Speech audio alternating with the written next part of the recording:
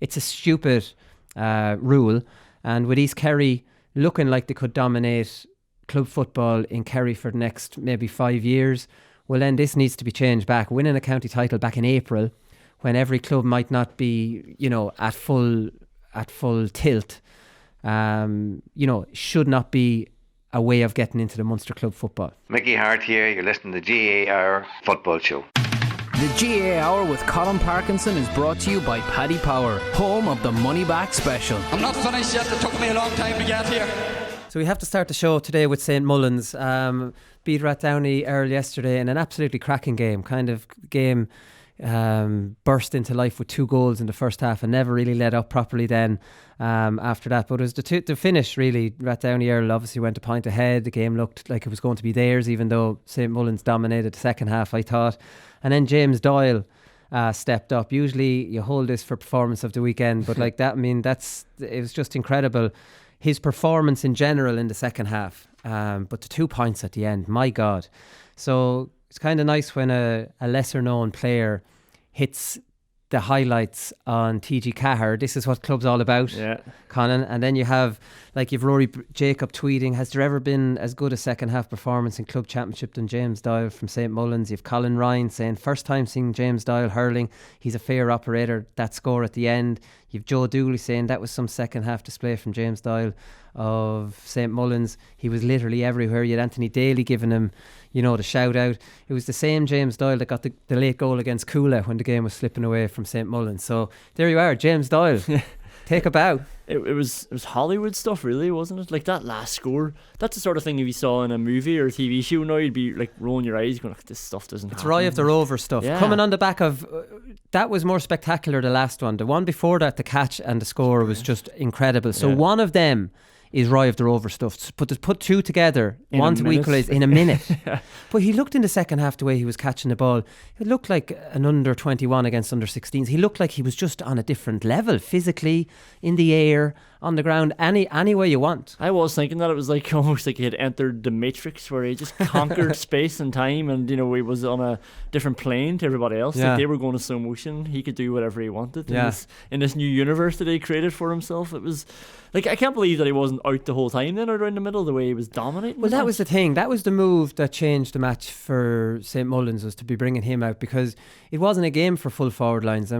Big mistake I thought Rathdowney Earl made was not bringing Ross King out until it looked to me like the last 5 minutes. He got a point. He was being starved in there, and he's their main threat, along with Mark Kavanagh, who was running a muck out around the broken play in the half forward line, and Ross could have done the same thing. So St Mullins tactically made a good change, and it won the game for them, and Rathdowney Earl were far too slow to make that same change. That looks to me, how the game kind of went. I think St Mullins handled Paddy Purcell brilliantly. He was well marshalled. He scored obviously an unbelievable goal, but in general he was well held, and he had that bad miss at the end. But I think the Ross King one is the one really, that Rathdowney Earl will look back on that with regrets. Can't leave your best forward getting maybe 4 or 5 touches of the ball, and then out of desperation he tried to go for a goal that just wasn't on because he wasn't getting any ball, And you've always been banging on about winter club season, and November hurling.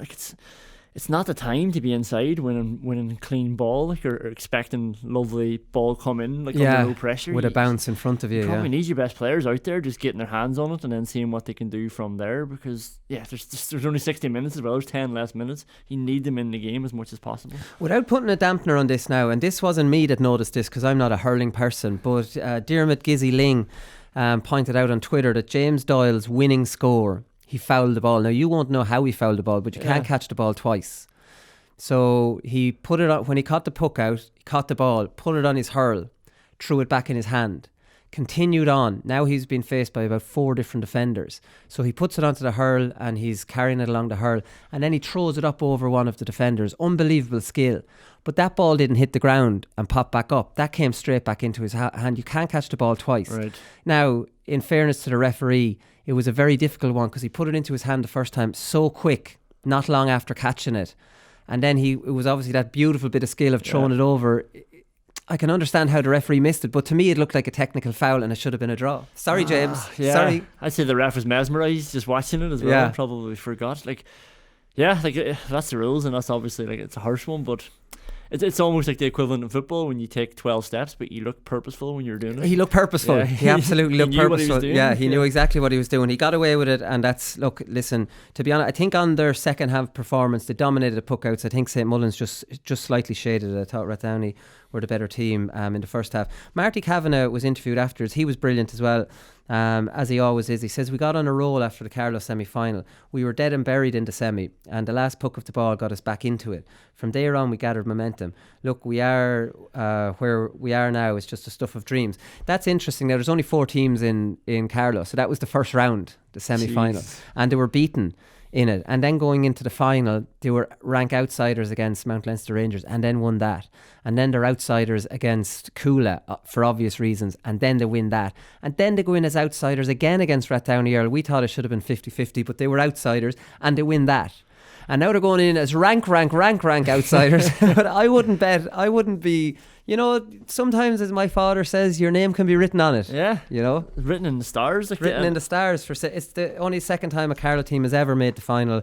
Mount Leinster Rangers obviously won it, I don't know, maybe 5 years ago. And they'll have done it every way, yeah, from being dead and buried in Carlow, coming through Carlow unfavoured, beating Coola, like the team expected to go. We were all talking about a Coola Ballyhale final. Yeah. Winning a thriller then in the semi-final, now against the All-Ireland champions. Like, this would be the perfect story for them. But I love those stories like that Marty Cavan is talking about. I think it shows that you're never actually that far away from achieving what you want to achieve. Like, you know, maybe I'm just kidding myself, but like, you know, I've seen it in Banagher twice in Derry when they've had terrible seasons and they got relegated this year, and then going this amazing run to a semi-final. It's just about getting things together. Momentum is the big thing, the big M. Like, I mean, and these late goals to win games, they're the exact things that give you momentum. Yeah. You know what I mean? And that's like, momentum is a big thing. There's no doubt about that. The other game yesterday on television was Kilcoo against Derrygonnelly. This was a boring game as far as I'm concerned. 2 teams that I didn't think were very impressive.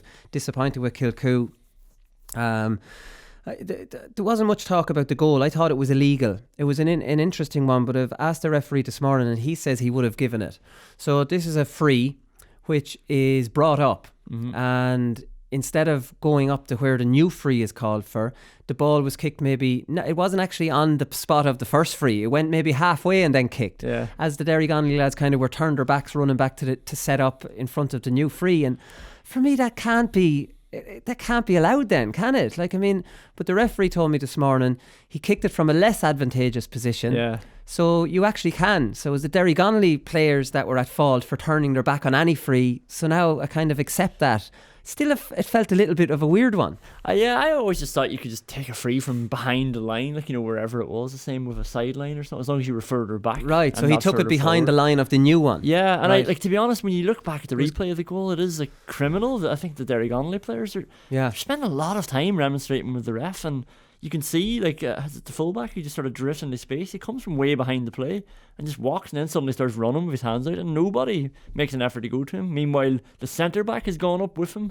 Just very sloppy. Yeah, I know, Aaron Brannigan. Yeah, so Derrygonnelly probably were at fault. I thought looking at it, something might have looked a little bit illegal, but it wasn't. Derrygonnelly, like, were well into game. The 21 chances to Kilcoo's 14. Kilcoo, I thought were very poor. There was none of the, like, it didn't look like a Mickey Moran team. They weren't pressing up high. They weren't aggressive. They were dropping off, and it just seemed like a very laboured performance, because we know Kilcoo on paper are better Derrygonnelly, and they took their chances. Better, and that was kind of it. They were saved by their goalkeeper Martin McCourt, who had an absolutely phenomenal save early in the game from Shane McGullion, the Derrygonnelly centre back. My God, what a save that was! He was going.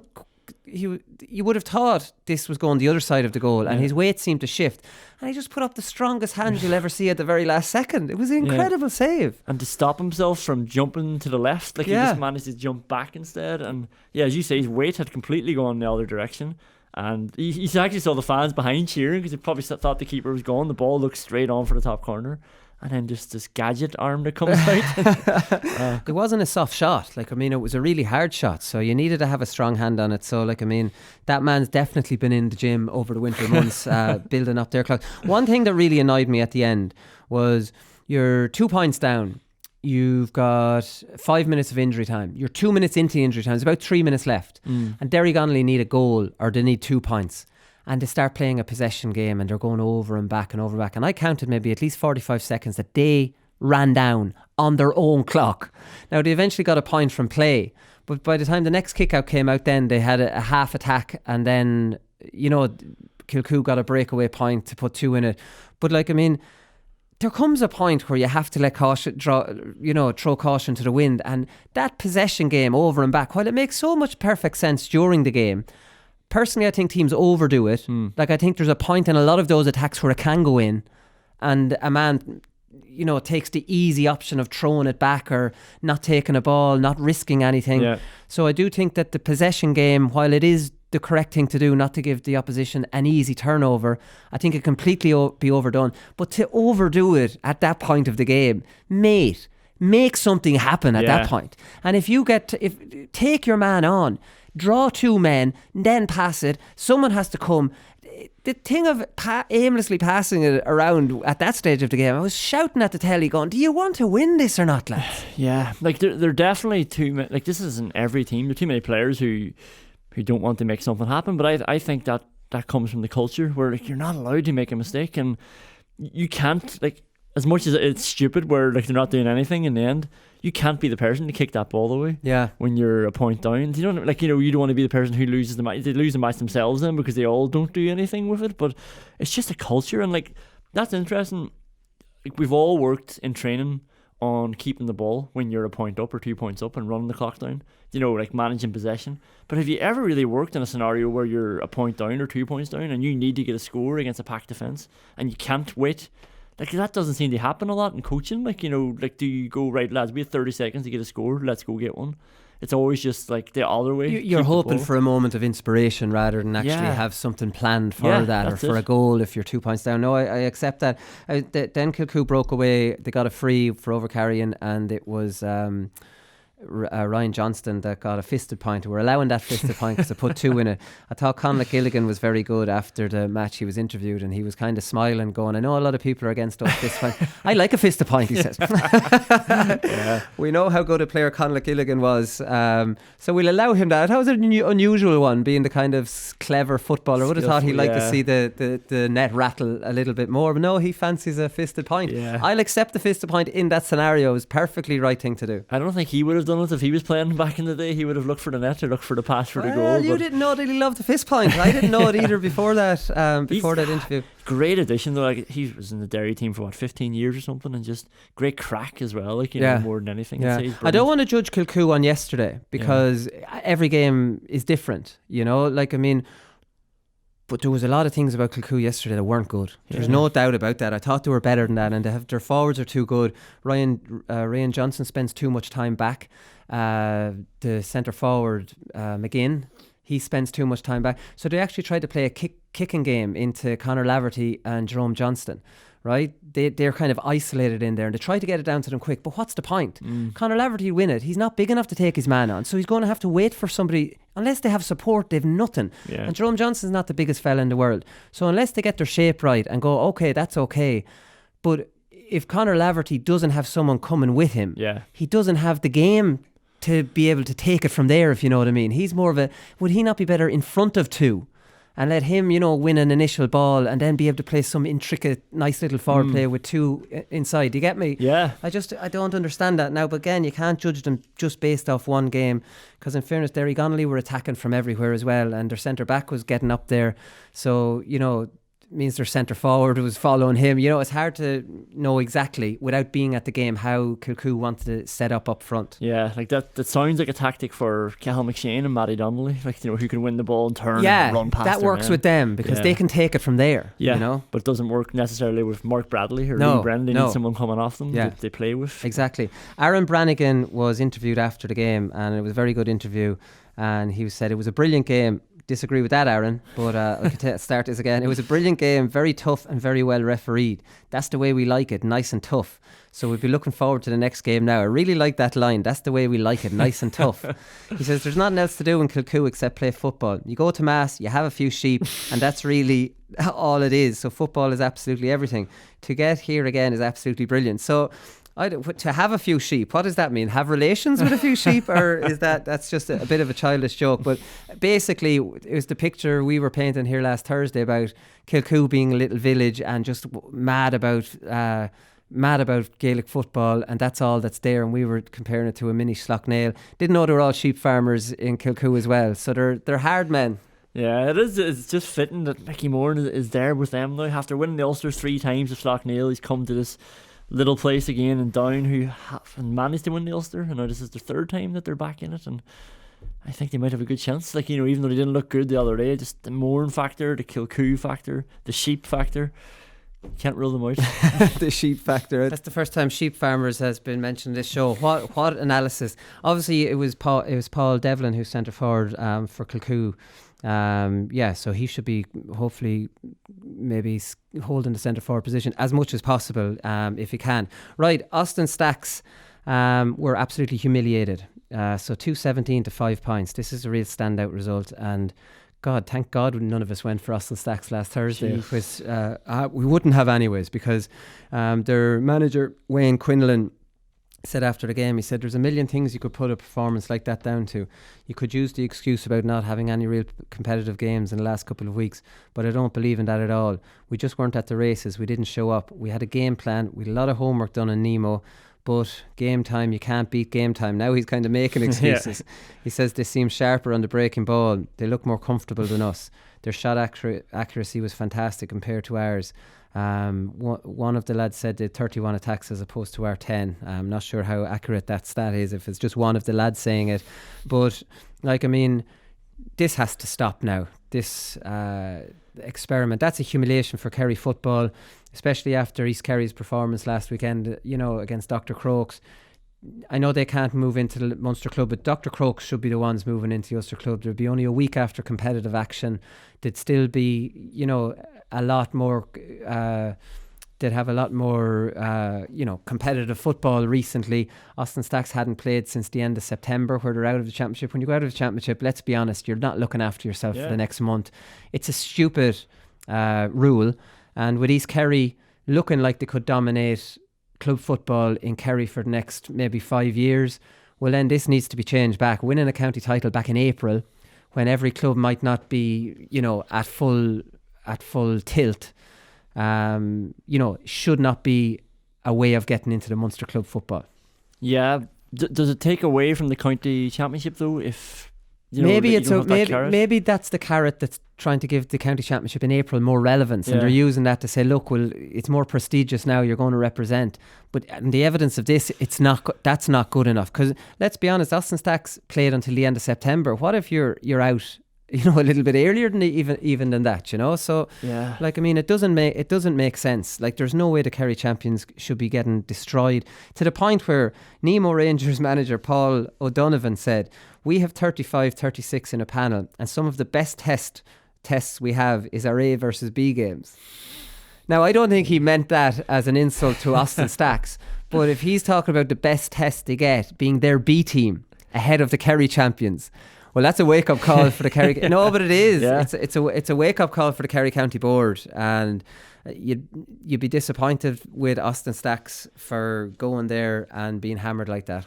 Yeah, and Kerry obviously had a team in the All-Ireland final last year. It's not long since they won it, the All-Ireland Championship. Now they're out in the first round, losing by 18 points. It's very weird. I can see why they don't want to, because then it just becomes like not a pre-season tournament, but just a tournament in April. It doesn't mean as much. Yeah, but it doesn't mean as much. It was the other one's always the big. It's always the big one, So it just doesn't mean as much. Maybe it gives the teams club football in April, and what more? Is that not enough? That should serve its purpose as that. Clonmel Commercials won a dour game. It's been described as, we're going to talk to Seamus Kennedy in part 2 of this. Seemed to be a battle anyways. They beat Milltown by 13 points 4 years ago, the last time we were in it. So it looked like Milltown had their homework done, definitely on them. So we'll talk to Seamus. About that. Commercials obviously play Nemo in the final now, and that's a repeat of the 2015 final. That Commercials won with a goal 2 minutes into injury time. 62nd minute, Seamus Kennedy kicks a long ball into Michael Quinlivan, goal. Clonmel Commercials All-Ireland or Munster champions at that stage. Saturday night then, they've Connell back in the final. first final since 2010. John McEntee was all praise for them. They had a good solid defensive structure, and we probably needed to be 6-1 up. As it turns out, Naomh Conaill went 6-1 up, and then he continued on. They got the dream start they wanted, and then they could defend it, and we just kept running into trouble. We forced it. We were trying too hard without being smart about it. And he says they're a good team. They can defend, and they know how to break defences down. I suppose we didn't play how we wanted to play. We didn't play to our own standard, and that's the bit that would disappoint us. So, like, I mean, you know, the better team won. There's no doubt about that. Even though Clontibberet just not good enough for Naomh Conaill, it's fair to say. Just the better team won. Like they dominated the first half, and even though Clontibberet got back, you know, within striking distance, it never really looked like they could beat them. No, like in the they're just supremely fit, Naomh Conaill, and they smothered Clontibberet's kickouts. They have pace as well. Like actually after 30-40 minutes of watching it, it's like, oh, come on, Clontibberet, like, you know, Naomh Conaill are so good at keeping the ball, and when you're sort of looking for the game to be a bit closer, you would like to see a few more dispossessions, but the way Naomh Conaill break, it just pushes the yellow jerseys back behind the ball, and that always gives them space behind, and after a while you're like, can someone just take a risk? You know it's going back. Can someone try and cut that off? But they never did for 60 minutes. And if you attack, this is the thing, like, I mean, you can defend with everyone, you can attack with everybody, and you can leave loads of space without any sweeper if you're sure that you will never give the ball away at the other end. And Naomh Conaill don't give the ball away generally at the other end. They're supremely coached at holding onto the ball and not giving it away. And without that risk of that turnover ball, sure, you can attack with everyone. Yeah. And you're safe in the knowledge that you can attack with everyone. And when you attack with everybody, and if the ball does get broken down, they're just programmed to follow that ball back. Everybody. You know? And then they are. It's basketball, really, isn't it? Like they're so mean in defence. Like very few teams, I'd say, love defending as much as they do. Like they just get such a kick out of it, and they get their bodies on the line. And look, this and. They are a defensive team. No matter, I know they like to say that they're not. And Owen McGettigan said after the match, we'll talk about him in performance of the weekend. He was talking about them being a little bit more offensive in Ulster, but they are a defensive team, and I think they should own that and say that's what we are. But we're bloody good at it, and at this time of the year, that's not easy to beat. But they've a lot of very good footballers and a lot of players that are really, really good on the ball. Comfortable on the ball. Whether you might like to see them being a little bit more, I don't know, offensive, or maybe take a few more risks. There's a lot of throwing it over and back and waiting, and then they can pop up and just see a 2-on-1 and score. Like it's obviously a 10-year-old argument. They should just be, like, as you say, owning it. They're a defensive team. So, like, they're in the Ulster final. Like they don't care about anything else. Yeah. They don't owe us anything or anything else. And it's actually amazing. Yeah, nobody seems to want to take a stupid shot. Like there's normally somebody in a club team who will panic and just kick it away, but Anthony Thompson seems to be on the ball all the time. Like it's usually a hand pass into somebody else, and then it comes back to him, and wherever he is in the pitch, he seems to be controlling everything. And then McGettigan just adds that bit of touch of class. Did you see this point that Plunkett for Ballintubber scored against Corofin the other day? He just came up from centre back, and from about 5 metres inside the 45, he just kicked over, lovely score. Those points are on all the bloody time. Yeah, all the time. Why don't lads try for those? Like Kieran Thompson got a spectacular one. Those kind of shots are on. Remember Tony Kernan got one against Clontibberet when he came on. Yeah. Why don't lads just go for a shot from there? More. The amount of times they're turned down is just incredible, just for a recycle. It's like, I don't know. I don't get it, because you don't get enough space. You imagine if you get into space, right, I've kicked points from here before. Yeah. I might try one here from here and get my name on the score sheet. What's wrong with getting your name on the score sheet from a bit of a distance? Because the risk is you won't score, and there's a lot wrong with kicking the ball away then. Like, you know, and you're like, kick it dead. There's nothing wrong with kicking it dead. That's the thing, like, that's what you're always told. Like, as long as it goes dead, that's fine, but like, it doesn't always go dead is the problem. And I always remember someone asking Paddy Bradley, why do you kick the ball so high? And he's like, well, because coaches have been telling me my whole life to not drop it short.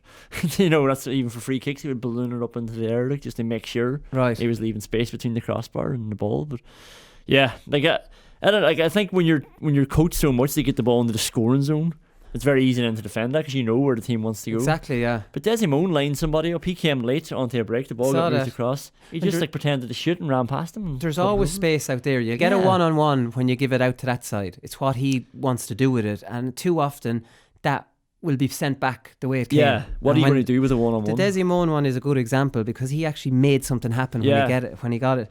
So Anthony Thompson, Leo McClune, Dermot Malloy, Brendan McDyer, Owen Wade, Marty Boyle, Stephen McGrath are all still on the go since Naomh Conaill were in the final in 2010. That's 9 years ago. That's a fair old bunch of that team to keep together. So great stuff to them.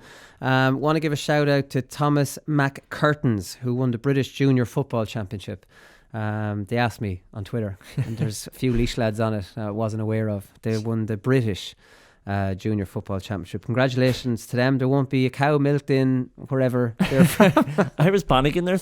I was like, here, this wasn't on the notes, Billy. Am I going to have to start talking about Thomas McCurtains? I just wrote it down. Two other big results in the intermediate hurling was Toreen from Mayo beat Kinvara from Galway. So that doesn't happen every day of the week, even though I think Toreen won it a couple of years ago. And the big one in the intermediate hurling was in Ulster, where Owen Rua of Tyrone beat Naomh from Antrim, 220 to 220 in normal time. Naomh won it on penalties. What was the score on penalties? 1-0. Every penalty missed except for Cormac Ross. So congratulations to Cormac Ross. Everyone else stunk it out of it, but you held up your side of the bargain, scored a penalty. I suppose when you're wrecked at that stage, and then again a hurling penalty, you'd imagine out of 10 penalties there should be more than one. Yeah. So they won at 1-0. It was their first ever Ulster Intermediate hurling title. So maybe there was some nerves out there. So Owen Rua from Tyrone, or Naomh, from Antrim. So congratulations to them. That's amazing. Yeah, they went on that run in the football last year as well, and now their hurling's obviously going well. Fair play to them. Yeah, exactly. So Pádraig Joyce, talked about him last week and his Colin Parkinson-esque predictions for Galway. So he came on in the second half when Killeran juniors beat, I'm not sure who they beat actually. They beat Loughrea 115 to 15 points. And then I was wondering, Pádraig Joyce is only a year older than me. Why the hell is he not on their junior team? How is he only coming on for the juniors? So he kicked several good points and he won a penalty for his brother Tommy, who remember played for Galway as well. So I thought that was an interesting one, unless obviously he's not training, but sure, we all know you don't have to train at junior level if you're an ex-inter-county player. That's the rules. Surely those rules apply at junior level. Pádraig Joyce has showed up. Jeez, he hasn't been here with us all day. Number 11. Yeah, that's fine. And then you say to the centre forward, look, come on, you can. I'll deal with you after. Yeah, well, he can just go to number 10, and then you can worry about the number 10 after. Number 15 gets pushed out maybe, or whatever. There'll be one of those six forwards knows, look, the team's stronger with him on it. Yeah, and you're safe when it's Pádraig Joyce. This isn't like, somebody who hasn't been training and he gets your place in the team. Nobody's going to listen to this lad bitching and moaning afterwards. No. That Pádraig Joyce played ahead of him. Imagine being in the pub after winning, saying, after Joyce starting and winning the game for you, that's bullshit. He should never.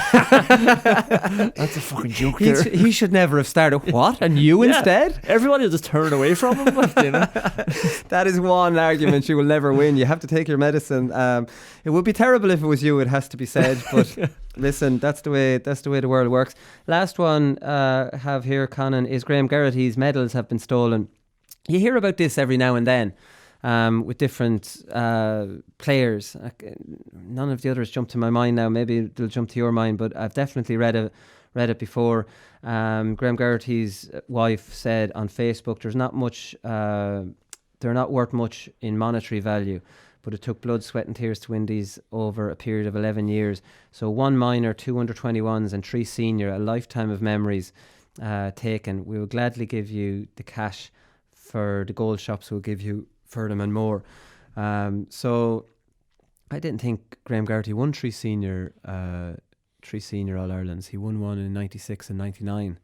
1 minor. Anyways, that's only a small detail. But I don't know, are All-Ireland medals worth anything? What are you going to do with them? Just give them back. Then again, the type of people who rob these houses, beat up old people, the chances of them feeling bad about this and realising they could be thrown into a river or something. So the only thing you could do is appeal to anyone that knows, who did it or whoever they are. What's the point in keeping them?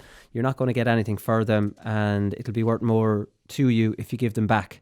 So I suppose that's whatever appeal for my favourite footballer growing up. When I read it, I just went, it's shite. Yeah, it is shite. It is shite. Right, okay, we'll come back with Seamus Kennedy.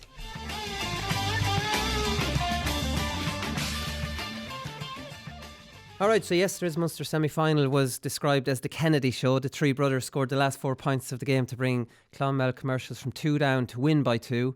Seamus Kennedy joins us on the line now. Not a bad ring to that, is there, Seamus? The Kennedy show.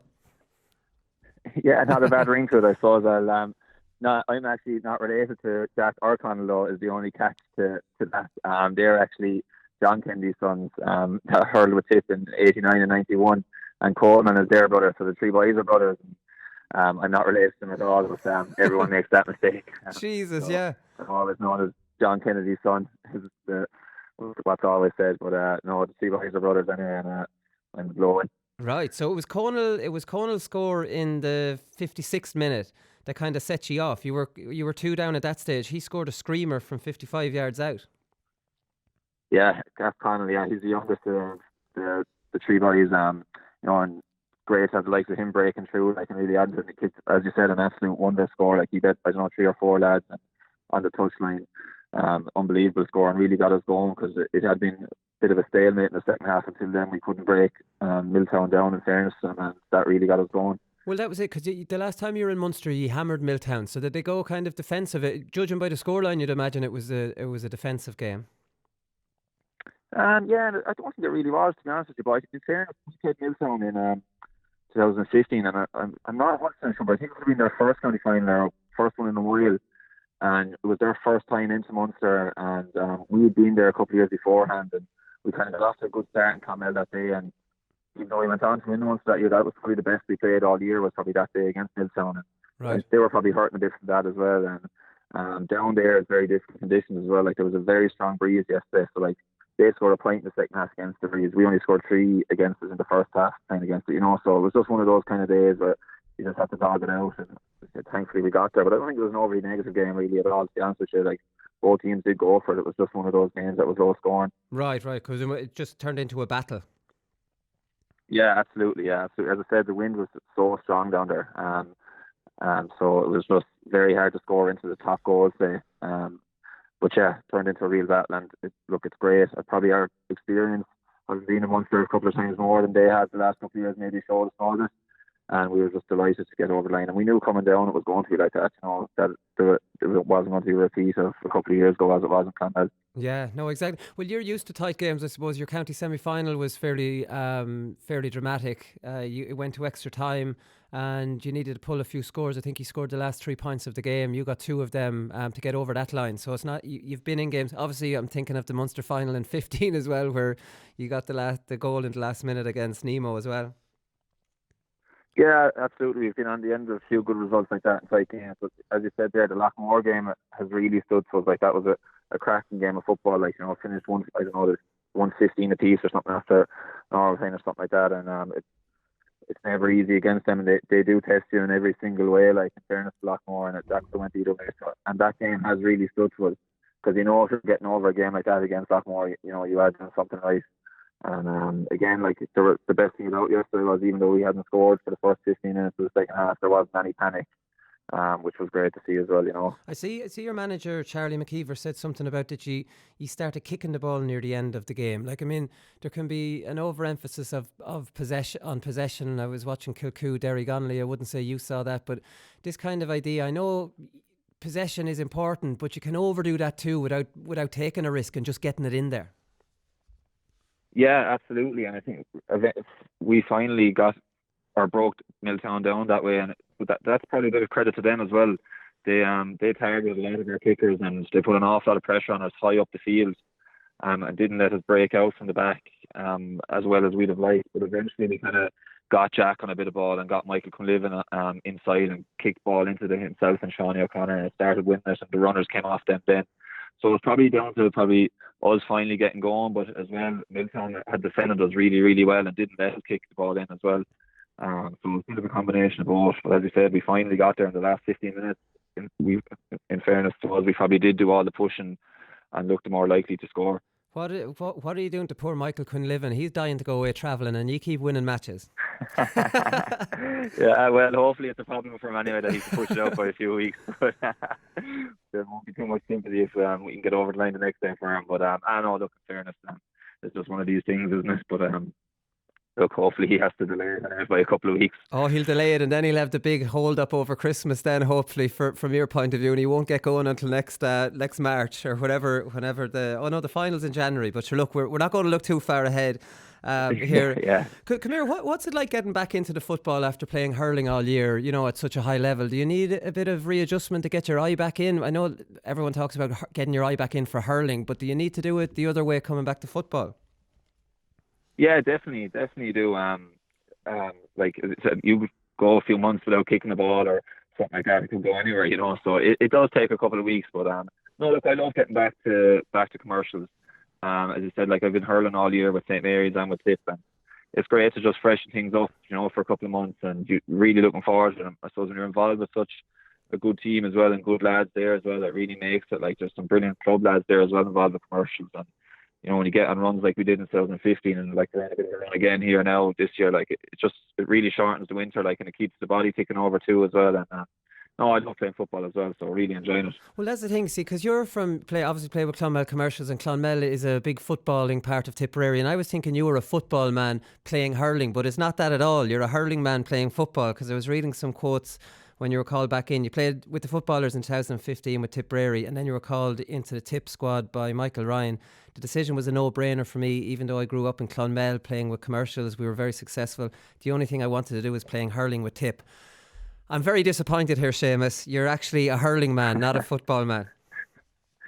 Yeah. I suppose growing up, as you said, I played as much hurling as I did football, and at times probably a lot more football because commercials were successful. We were reasonably successful with St Mary's, but not to the same degree as they were with commercials. But look, my dream in life was always to play hurling for Tip, and that probably came from Dad to bringing me to matches, and Dad is a massive Tipperary hurling fan as well, and so was always going to Tip matches and things like that, and I always absolutely loved it. It's just there wasn't as much hurling played down around Clonmel in school and anything like that, so I went to school in Turles CDS then for a couple of years, and just really really pushed me on, I suppose, to make the minor panels and things like that. Yeah, so you obviously football's the poor relation in Tipperary, but in Clonmel the hurling is the poor relation. But Mary's who you play for, you've won 2 minors and an intermediate in the last couple of years, so you seem to be on the rise. Yeah, we have, we won 2 county minor A titles, which would be fairly unheard of for a South team, and especially a Clonmel team. It was our first ever A hurling title, so it was an unbelievable breakthrough for us, and it's followed up the following year with a lot of the same group of lads. They're just an exceptional bunch. We brought through a good few of them in the intermediate. We got up to we're in Senior B now. Have had a kind of 2 disappointing years in Senior B, so just hoping that we can kind of kick on again, maybe, with all those lads when they get that bit of experience and settled in college and, that kind of stuff. So a lot of them have moved away to college and work in different places like that. So kind of hope that maybe they'll kind of settle down now again, and will drive things on again, because as I said, they're a great group and there's a lot of great good hurlers there. Yeah. And a lot of them are playing football as well, so hopefully this year, they have another taste for success again will help that. Right, okay, so they'll be choosing the football when they're in Clonmel, I'm sure. Come here, just talking about the football being the poor relation in Tipperary. I saw it was Eamon Corcoran was J.K. Bracken's chairman, and he was giving out about the final being on at 2:30 on a Saturday, and maybe that's to save, or not to put it on the same day as a Munster club semi-final, and just seemed like a poor time to have the showpiece football final in Tipperary on at a time when people would be working and everything. What's your thoughts on that, or will football ever get equal standing in Tipperary? I don't really know, to be honest with you, and I don't know the ins and outs for putting the game on the Saturday. I'm not 100% sure. Was it because the Munster club was on the Sunday? I actually don't know. It is disappointing because the county final, I suppose, was between 2 town teams in the football this year. So you have Templemore and Clonmel. So there's a lot of people with businesses and things like that, or part-time jobs for supporters or brothers and sisters of players that want to go watch the game. So probably not ideal. In that regard. Great for the players, you want to take Monday off. Yeah. Not ideal. not ideal for people trying to go to the game and promoting, as you said, their football in the county. But I don't know the ins and outs for that decision, really. Like, so it's above my pay grade. Yeah, no, well, that's fair enough. Come here, I want to talk to you before we finish up about the year with Tipperary, obviously. You were out of favour for the start, and Tipperary were destroying teams in Munster, and I'm sure you were thinking, Jesus, here's a new manager. Does he fancy me, or am I ever going to get in there?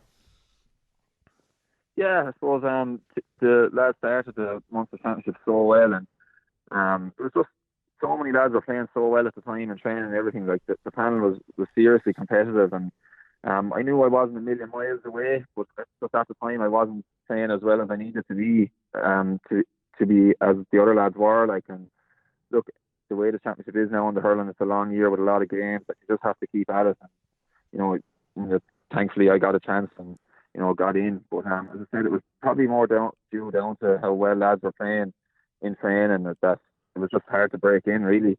And Liam was very open, and he, for feedback and that kind of thing. So I never lost faith or anything like that. Right. It was great. So it was great to have that. That if I kept doing my thing or getting to the level that I knew I could get to, that I could get a chance here, and thankfully I did. Yeah, so you got the chance, obviously, for the Munster final. That didn't actually go well, the result, but was that just from literally from starting to perform better in the training games?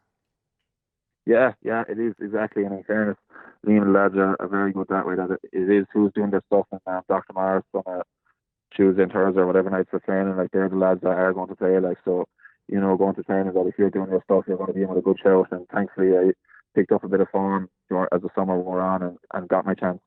Right, okay. So I think you came in then, you were late call up. You weren't in the programme for the Munster final or the All-Ireland semi-final, and you were picked full back against that. I don't think you played full back in that game. It was almost like he picked an entire defence of halfbacks against Wexford.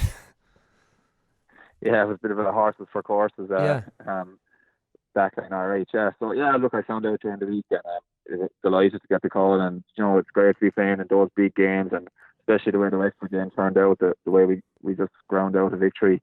It was a really special day up in Croke Park, so I was absolutely delighted, and to keep the spot down for the final, like, it was great after a long year, Yeah, exactly. You're involved in real classics against Galway. You won and lost those ones, but that Wexford game must have been unique.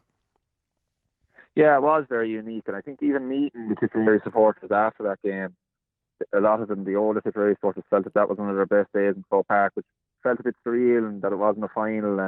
But I just think the way they saw us dig in, and we were down to 14 men, and everything seemed to be going against us, that the emotion after that game was huge, and it did really hit home that it was a special victory, because that is a really good Wexford team that are really coming strong, Yeah, no, exactly. And come here, just I suppose on how Wexford play, because there was a lot of talk recently about Waterford and Wexford, and they were maybe defensive, but Wexford have kind of changed it up a little bit with the cornerbacks attacking and attacking from their half back line a lot. And for me, we talk about it on the hurling show here, that I think Davy borrows some tactics from Gaelic football, which you would probably be very well aware of from playing with Tipperary and Clonmel Commercials. Do you see some sort of crossover in the tactics now? And you see Kieran Donaghy with Galway, and apparently he's working on some movement up front, with maybe a two-man full forward line. Do you see all that kind of talk coming in? Yeah, well, not so much talk, but I just think there is an overlap in a lot of the stuff that's going on. Like, I think especially in at the minute, teams are valuing possession a lot more. Like, as you said there at Wexford, Waterford, even Limerick, they rarely ever waste the ball, and but that's the way football has gone as well. Like, if you lose the ball in football, you could be a long time waiting to get it back, And definitely teams are starting to value the ball a lot more and trying to use it a lot more precisely, I suppose. But yeah, there's definitely a bit of a crossover, all right. And even things like tackling, I find now in the back, there's a big crossover. So yeah, it'll be interesting to see how it develops again. What would the crossover in tackling be? Because hurling tackling always kind of interests me in that you can't actually put your hands on the man, right? So in football, you'd be able to stand a lad up a lot more using your body. Yeah, exactly. But you can do that a lot too, I suppose, in the hurling. You can stand a lad up, and just even being, I think, as touch tight in the football. In football, you're absolutely touch tight, say a cornerback or whatever. And in hurling, like, if you can be that tight and just the movement of a corner forward and things like that, it can really help, to stop them getting possession and things like that. And then, the forward has to play the ball too. So it's saying in football, so it's 4, 5, 6 or 7 steps, whatever forward gets now.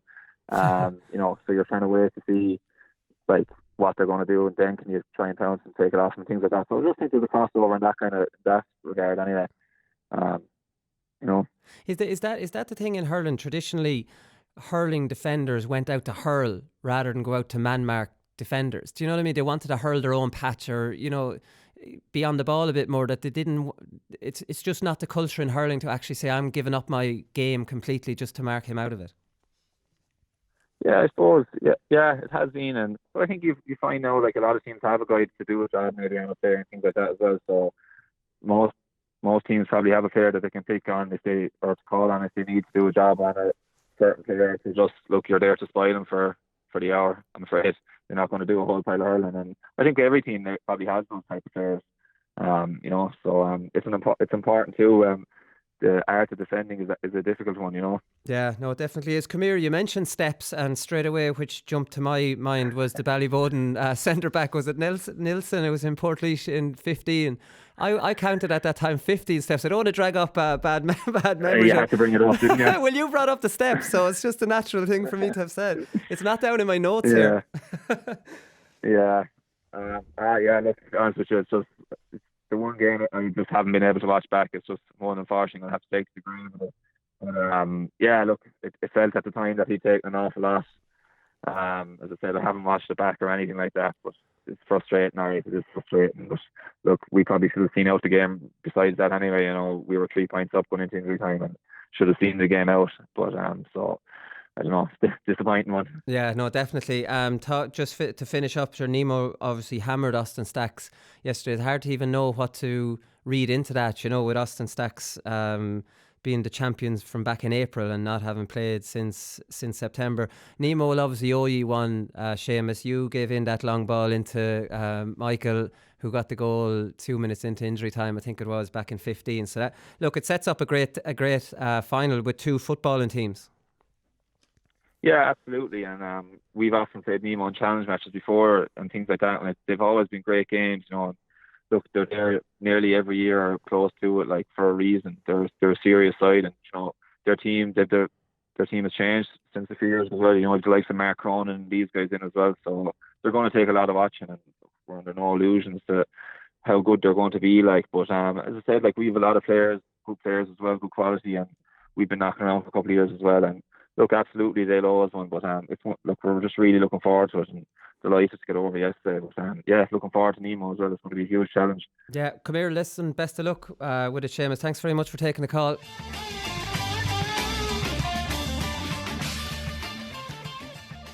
Okay, Conan, so Paddy Power performance of the weekend, and our first nomination, it comes as no surprise, is James Doyle. We've talked enough about his performance. He was interviewed after the game, and he was talking about Michael Ryan, their selector, who had a heart attack, I think, on the line with the win over Kula, and he's recovering in hospital still. So he says, I'd say he's a happy man now.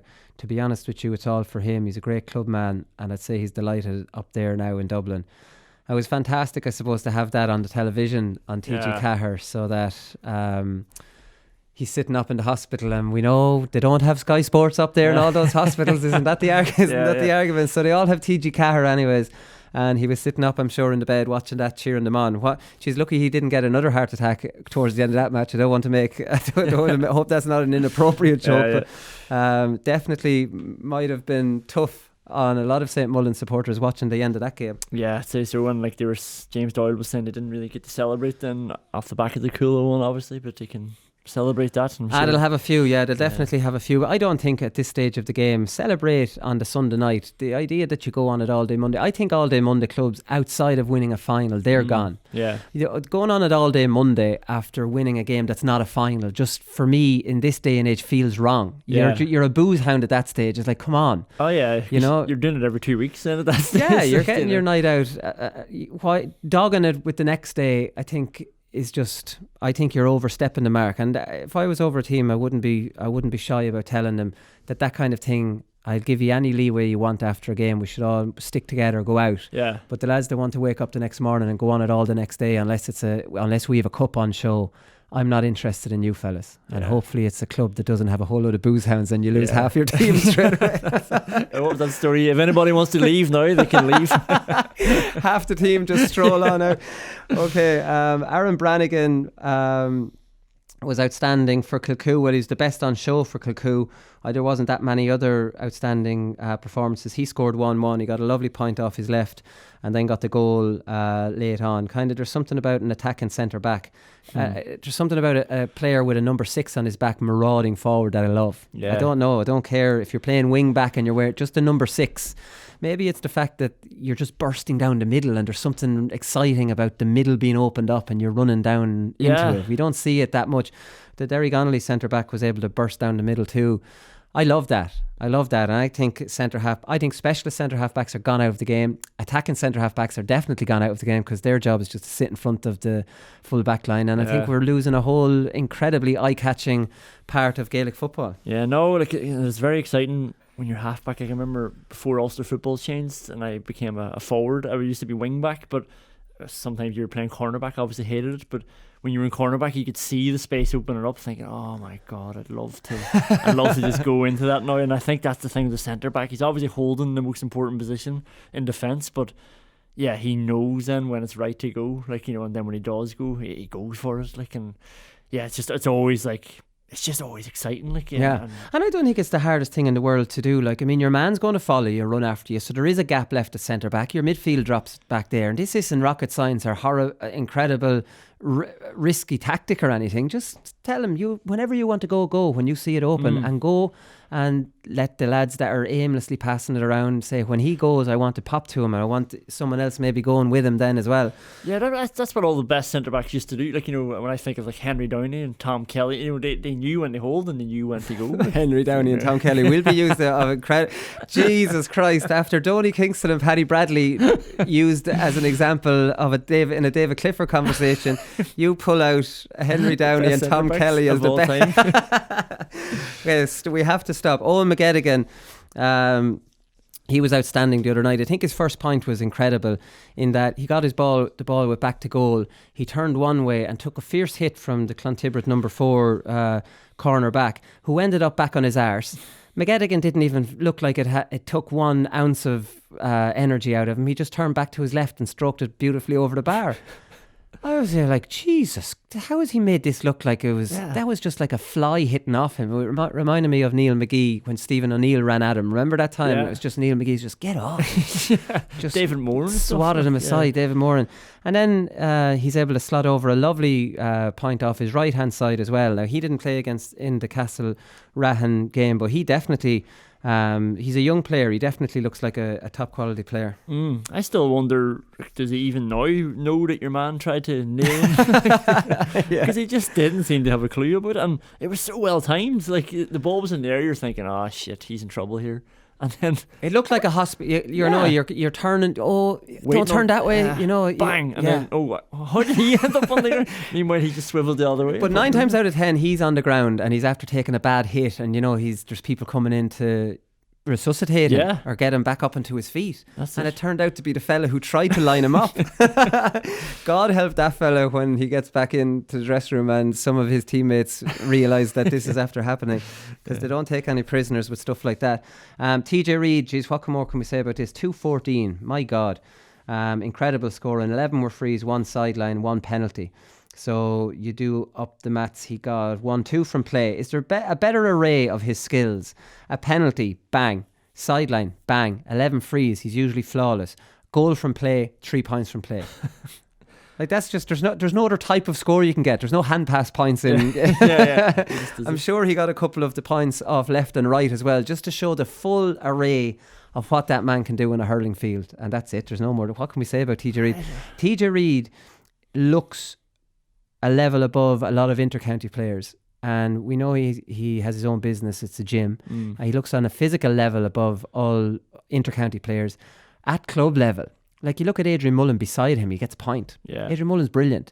TJ Reid's hitting 214 now. I know he's on the freeze, but at the same time, he's just this at club level, it's almost not fair. What do you do? What does a club player do with him? Well, you put your inter-county player on him, but what if your inter-county player isn't even a man marker? You're just putting him on him for the sake of it. You saw, Jack Kelly for Rathdowney. Earl plays wing back for Laois. He played centre back.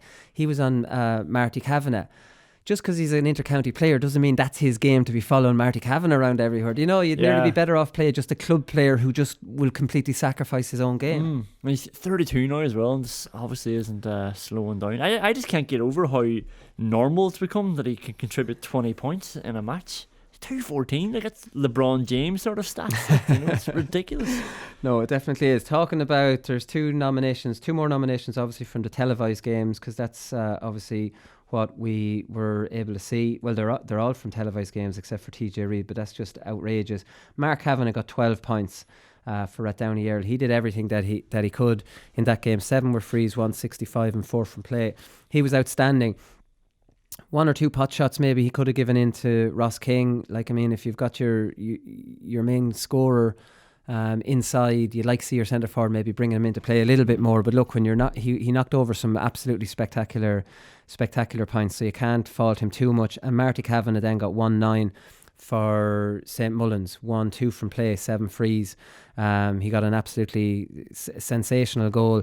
And not many club teams have Marty Kavanagh and James Doyle at 11 and 14. Now, I wouldn't play James Doyle ever at 14 based on what I saw of him. You'd be playing him number 12 or 10 and letting him in around that area all the time.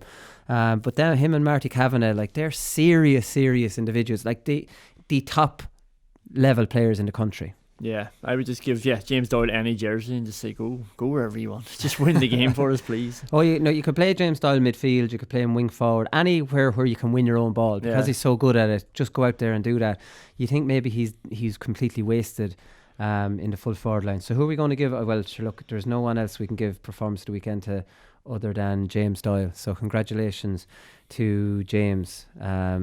Even though he technically fouled the ball. That's my leash hat coming out. Now, listen, I saw Diarmuid Ling, actually, he's arguing with people on Twitter about whether, now I wouldn't say arguing, that's what I do. He's discussing it. And he's actually admitting it's hard. The first time he tips it back into his hand, I think he did, but it's hard even to see on the replay. So obviously, the referee missed it. But James Doyle, great to see him getting some national recognition. So you're Paddy Power Performer of the weekend. Congratulations. And that's all we've time for today. We'll be back on Thursday where we'll preview more. We're into provincial final time next weekend, are we? Yes. Yeah, we are. We've had the Connacht one anyways. I won't throw that at you again. We'll talk to you on Thursday. Good luck.